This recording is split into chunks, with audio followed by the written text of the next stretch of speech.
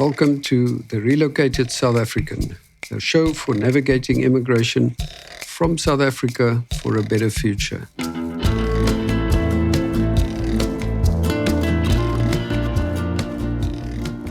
this episode, we're going to talk about the decision to immigrate or not to immigrate. What to consider when you want to immigrate. How does one get to a point where you actually want to leave South Africa? And what leads one to actually make that call and get on that aircraft and leave the country? It is a massive decision. And I guess we're in a great position because we've done that. We are here today, living in Portugal, very happily after leaving South Africa in October 2020. It was a huge decision, but there were many factors that we needed to consider in the process of getting to where we are today. And happily so, may I say. Firstly, what led to our decision to leave? Mostly was a family issue. Our children had left. I've got an elder son who's living in America. I've got a daughter who's living in Ireland. My wife's daughter is living in Isle of Man.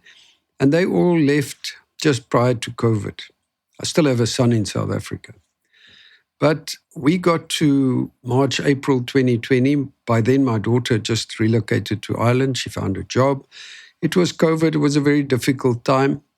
And we were sitting in South Africa. Now, for South Africans, and especially Afrikaans South Africans, I guess you all know the word gatvol. So gatvol means, if you go to a translation, it means completely fed up. Just having had enough. And that's the point that we got to. In March 2020, the South African government, along with many other governments around the world, decided that lockdown was the only option to get rid of this COVID pandemic, which today turns out to have been a really bad decision. And we're starting to see more and more evidence of what an actual con the whole situation was. But let's not get into the politics of that. I have my views, and I guess many of you have your own views about it. But here we were, stuck in a house in Stellenbosch. We were very fortunate, living on a golf estate, living in a beautiful place. But nevertheless, we were stuck like the rest of you. The government had decided that we couldn't do anything. We couldn't even buy sandals. We couldn't go for a run. We couldn't cycle, nothing, especially during that first initial period when everybody was being fed all this nonsense information. And in particular, I think South Africa was particularly hard hit because the government behaved in many strange ways by banning cigarettes, by banning liquor, by just restricting movement, etc., where it was becoming physically impossible to understand just what they were doing. And that's where my level of gatvol just went through the roof, to the point that at times my wife said that I couldn't even watch TV because I was getting so angry. And every time the president called us, my fellow South Africans, my blood started to boil. And I said to her one day, I think it's time to go. Our children are now overseas. They all happily settled overseas. And for us, we've gotten to a point where I had to say to myself, do I really want to get old being gatvol every day, waking up angry, waking up in fear as another factor in South Africa because of the very high crime rate? And I just said to her, why are we doing this? I'm 62 years old at the time. I've got a number of good years ahead of me, but do I really want to spend those days being angry? And that's, I guess, where this process started with us. We had a debate. She was an estate agent in Stellenbosch, and we agreed that maybe the way to approach this would be to put our house on the market, which we did. And it was COVID, and she said, there is absolutely no way that this house will sell within 12 months, but let's just put it on at a reasonable price and see what happens. Lo and behold, within a matter of 6 weeks, we had an offer, a compelling offer. And then we had to say, oh my word, what now? What is the next step for us? And we said, well, we've decided to leave. We're not going to rent another house, buy another house in South Africa, so we're going to leave. And that was that. It was a massive decision. And it involved just a myriad of things to consider before we got on that plane in October 2020. To put it in perspective, when that house sale went through, which was around June of 2020 in the middle of COVID, the first decision was, okay, so where are we going? It wasn't such a simple thing. We knew we wanted to go to Europe. We were both very keen cyclists. I was reasonably proficient in speaking French, and we always wanted to go to France, especially since in 2019 we did a wonderful trip to Mont Ventoux, where we climbed the iconic col, as they call it in French. And it was a wonderful time, and we decided that's it, we're going to go to France. So that was kind of where our focus started. We were going to go to France, and let's see what happens. Just a side comment about leaving South Africa during COVID. At the time, they were only allowing people to take repatriation flights out of South Africa. We wanted to go to France, but we were very clearly told we couldn't go to France because we didn't have an address in France. We had a tourist visa, which we started inquiring about, and we learned that we would be accepted into Holland. So our destination became Holland. We got a travel agent. She bought us tickets to go to Holland. Fortunately, just before we left, there was a change in the rules, and the 1st of October was the first non-repatriation flight out of South Africa, and we were very fortunate. We got tickets on that flight, and off we were to Holland. But in the process, in those few months between June and October, it was a nightmare. We can do a separate discussion just about what happens in this process, but I can just say that the one thing that we learned during the process of packing up and leaving is that when one lives in a place for a long time, you tend, as I certainly am, and a lot of other people may do the same, you tend to hoard stuff, and we hoarded plenty, lots of clothes, lots of stuff, and we ended up having to donate a vast amount of clothing and so on. We also had to make a call about furniture, and this is again where information becomes critical. People told us, people who had left before, that the best thing to do would be to take your furniture to Europe, and because the quality is not the same, etc., etc. And again, we can have a totally separate discussion about that. But we learned at great cost that taking furniture and filling a container with South African furniture to go to Europe is not a clever decision. That's what we did. And again, when we were later on living in France, we donated a vast amount of furniture to charity because there's no second-hand market for furniture. And we learned, to our disgust, that the furniture from South Africa is much bigger than some of the stuff you get in Europe. The houses are smaller, and being able to put this big pieces of furniture into a small European house is not the easiest thing in the world, and you end up getting rid of stuff unnecessary cost. It costs a lot of money to ship a 40-foot container abroad, and believe me, not a good idea. But I'm very happy to have a full-on discussion about furniture and how one should do these things when you make a move across the sea and across. A lot of other little red tape things happened during this time, still in South Africa. We, for instance, got married in August. Also in COVID, we managed to get a passport in my wife's married name, which was an amazing achievement given the situation at Home Affairs and how difficult it was during COVID to have these things done. But well, we did it, and we were very fortunate that we were able to get all of that done. And the next thing, we were off. We were on a plane on 1 October with a lot of trepidation, just a bunch of suitcases. We had our bikes with a special company that was going to deliver it in Holland a few weeks after we got there. And off we went. We arrived in Amsterdam one cold early morning in October, and they accepted the tourist visa, and there we were. We had booked into an Airbnb for a 3-week period with, again, no clear plan in mind, which was quite brave, but it was a very great and interesting adventure. So we got to our Airbnb. We stayed there. Eventually, our bikes arrived together with some other clothes that we had on the water that we couldn't take with us. And the next thing, Holland decided to lock down. So we were now faced with another decision. We were not going to live in Holland. The weather was just atrocious. Even though it was beautiful where we were living, we were on a canal with boats in front of the house the whole time. And it was just idyllic for us and safe, of course. And we could walk and ride and do many things, although the weather was really, really messy.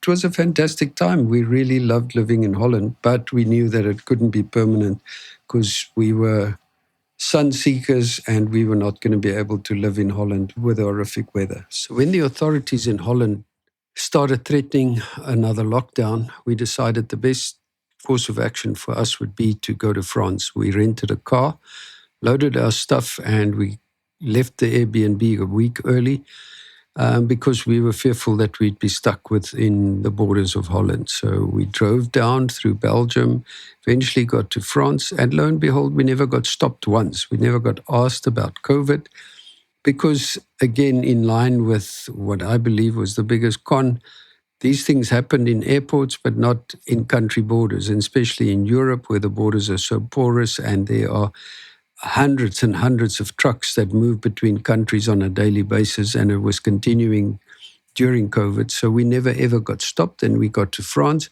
and we again rented an Airbnb, which was going to be for 7 days, which turned into 6 weeks because then France locked down, and we were again stuck in an Airbnb. But fortunately, this was in a beautiful place up just north of Grasse, which is in southern France, in the mountains, a little town called Saint-Vallier-de-Tay. It was absolutely magnificent. We were locked down, yes, but we could be away from home for up to 5 kilometers. Where it was typical French bureaucracy, but after a few days we decided, well, we're not going to hurt anybody by cycling out into the countryside, and that's exactly what we did. We rode for hundreds of kilometers, often saw policemen, but they never stopped us. So in the end, it actually wasn't too bad. And then we managed to, even during that time, to secure a rental for a house. They call it a summer rental in the south of France. And we managed to get a nice house,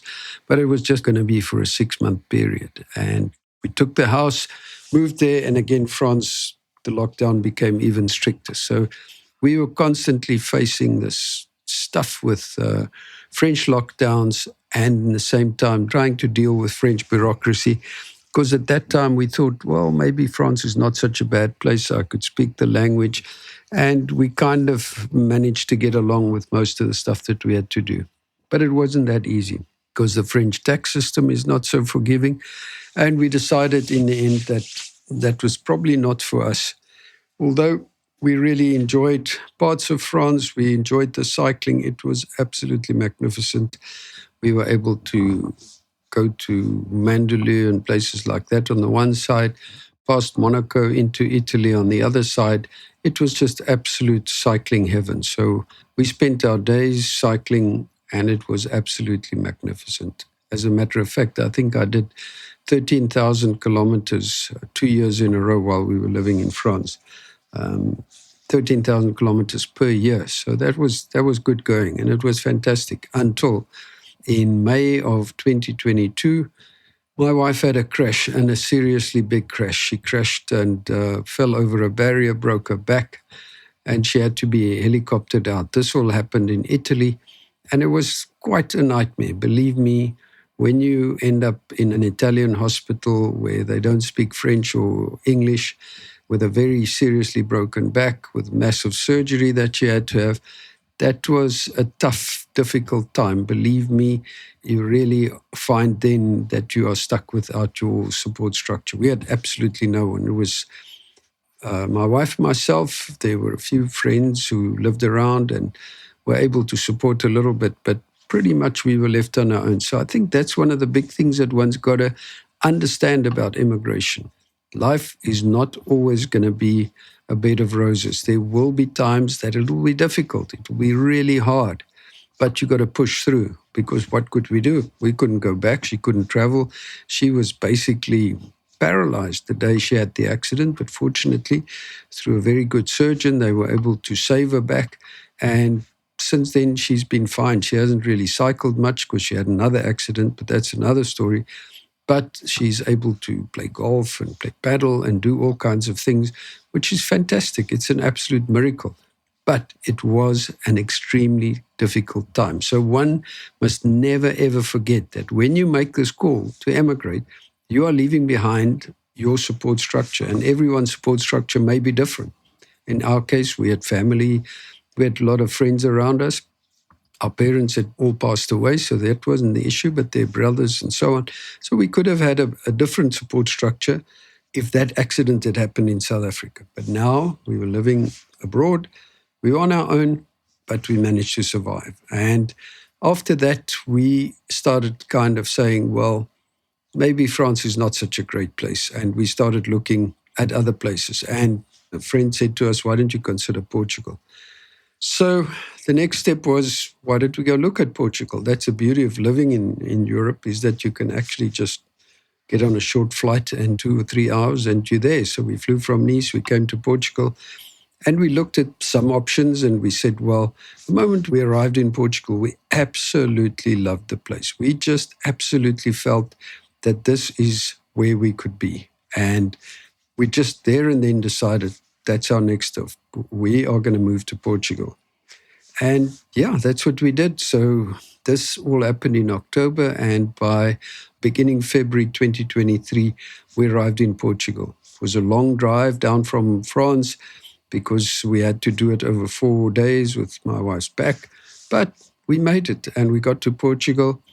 And again, we did a short-term winter rental in a beautiful place. The city where we live now is called Lagos.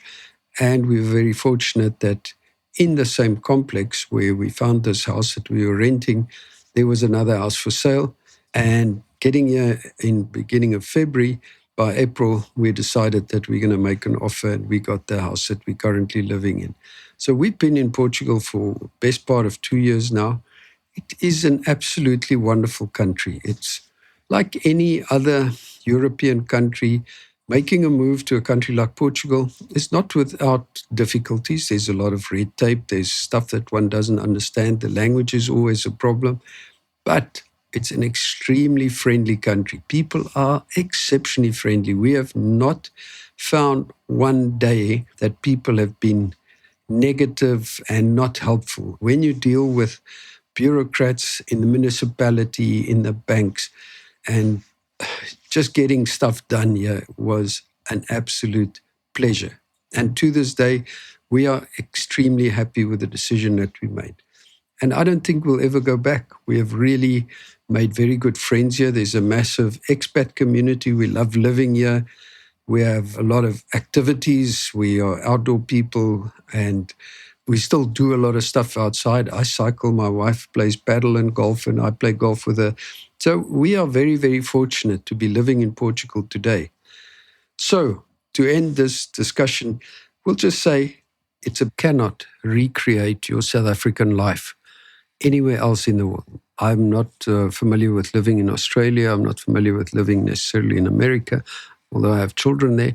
But I do think that the life that we were used to in South Africa, one's got to accept that that's forever over. We can never, ever take away from us the fact that we are South Africans, that we behave in certain ways, we like to laugh at certain jokes. We have a different sense of humor. But one's got to accept that you're now in a new world, and you've got to try and embrace that world and make the best of it. My major point of advice is, if you decide to leave South Africa, do not do it on the basis of, oh, well, if it doesn't work out, I'm going back. Because it will then not work out. So my advice is, if you decide to go, then do it 100%. Do not try and look over your shoulder, because this is a new life. You've got to embrace this new life. You've got to make the best of it. And that's the only way to be happy. We don't have children here in Portugal, but we honestly can say that people around us are all very, very happy. It's a wonderful country. It's a wonderful community. On the Algarve, the weather is just absolutely marvelous. It's like Cape Town. So we really love living here, and we wouldn't trade it for the world, and we'll never go back to South Africa. So on that note, thanks for listening, and until next time.